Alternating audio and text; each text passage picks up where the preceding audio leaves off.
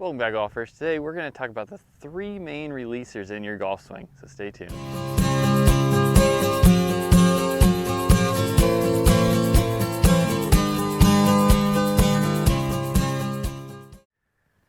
So creating a proper release in your golf swing allows your hands to do what they're supposed to do, which is do those fine-tuned movements to control what the golf ball's doing, whether it's going to be a draw, straight, or a fade.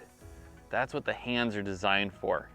Too often I see in golfers, amateur golfers, that they're trying to use their manipulators, their upper body, to try to create the release in the golf swing. And that includes a lot of hand release, the shoulders working across, or too much right glute engagement coming through to try to create a release through the golf ball that it's happening from your weaker parts of your body.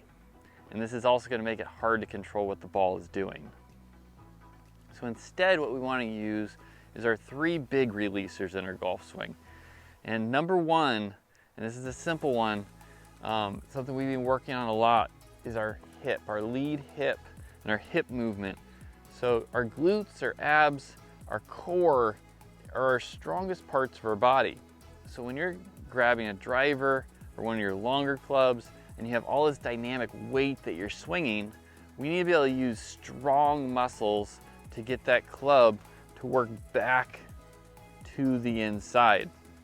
If we're trying to use our hands, as soon as you get those upper clubs with a lot of dynamic weight, we're not going to be able to fix imperfections in the path as easily.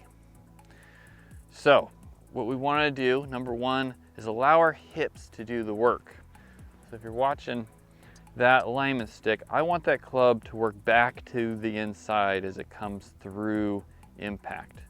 I don't want the club working out and away or down the path of that stick, because that's not creating more power through the impact zone. It's not releasing the club.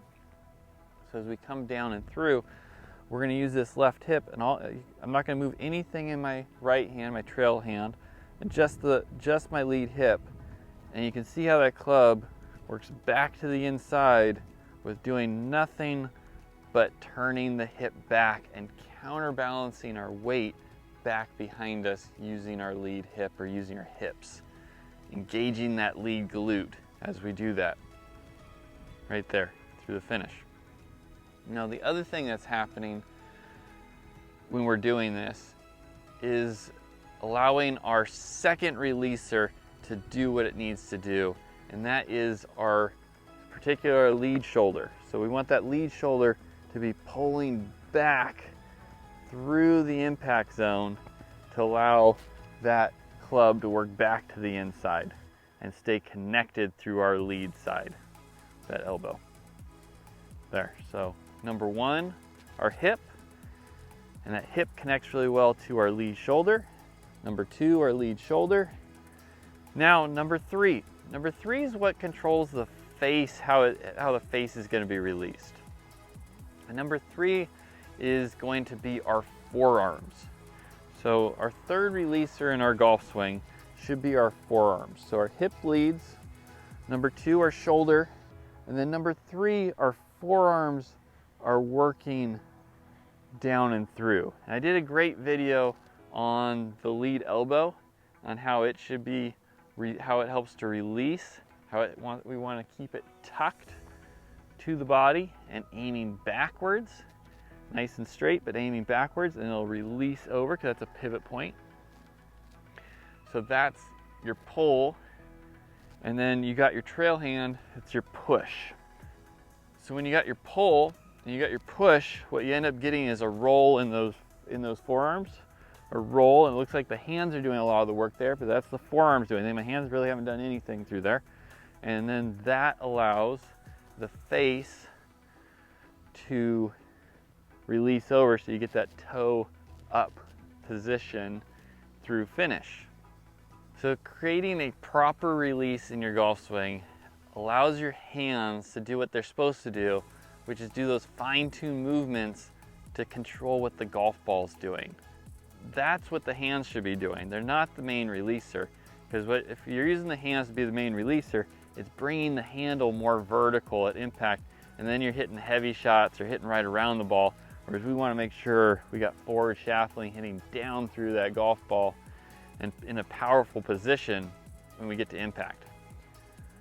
So now I'm going to give you a couple drills to help with those 3 releasers. And the first one's pretty simple. This is just a feeling drill.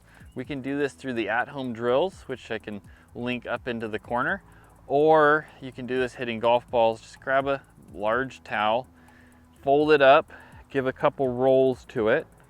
Now, what we're going to do with that rolled towel is we're going to get to our setup, and then we're going to put that towel underneath the toe box of our foot. So our heel's still on the ground. So you see it that way, our heels are still on the ground, but that toe box is on the towel. You're gonna feel like that foot's up, leaning up in the air a little bit, pushing pressure back. Now, you can take swings with this first, and what you're gonna feel is that counterbalance pushing up through that left heel, pushing you back, allowing that hip to work back behind you rather than pushing forward into early extension and getting locked up. So we're gonna feel that trail foot engage, lead heel engage, push up through that lead heel, and then that hip will start working back behind you. This also really works well if you're working on home. Put a chair behind your butt and push into that chair. Get those hips to start engaging. And when you're doing this, I would start really short and just practice doing it with half swings first. If you can able to do it with just a half swing and get that feeling to rolling to that lead heel and that lead toe feels like it's up and light, then you're going to be able to progress into a bigger swing and then a full swing. So start small, get comfortable, pushing back and driving, engaging that lead glute into that finished position. The second drill I'm going to have you work on for that lead shoulder. This also helps with that engagement with the lead glute, and that's an at-home drill that we can do to add to our other at-home drills we've been doing. And that's just arms across the chest, get set up into a good posture, turn back into the right side or your trail side, turn through and push up through that lead side, allowing that hip to push back. You can use the towel in this situation as well, underneath that lead toe box. So turn back, down and through. Turn back, down and through. And we're just trying to get that good turn back. And then as we come through, pushing that hip back behind us as we clear. And that will get everything for your big releasers working.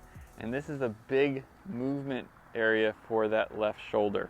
So you can feel that left shoulder start working back behind you without a club in your hands. So to progress with that feeling, now that we got that turn with the body, we're going to take a club now, we're going to set up to where we think impact should be, and then we're just going to turn through impact. And at this point we can work both the hips, the lead shoulder, and the forearms through that impact zone. There, and then hold that finish. So last drill I'm going to give you is a pretty simple one. You're just going to take your lead sleeve, pull it underneath your armpit, keep it connected, and then practice taking swings going through, staying connected in that lead side. That's going to allow the braking on the lead side, allow the right side or the trail side to release over, allowing those forearms to release going through. So a good way to practice, just take some short swings. So take that sleeve, put it underneath the armpit, take some short swings. We're just hitting pitch shots, keeping that connection, working through, making sure that lead edge is vertically up when you're coming through, and then those forearms have rolled over so that trail hand is above the lead hand, and then that will allow the forearms to do the releasing. So number one, lead hip, big releaser. Number two, lead shoulder, the shoulders opening up through that impact position. And then finally, the forearms, allowing the forearms to release. You get those 3 down, you're gonna have a lot more control over the golf ball. And remember, if the feet aren't working, the swing's not working. Catch you guys next time.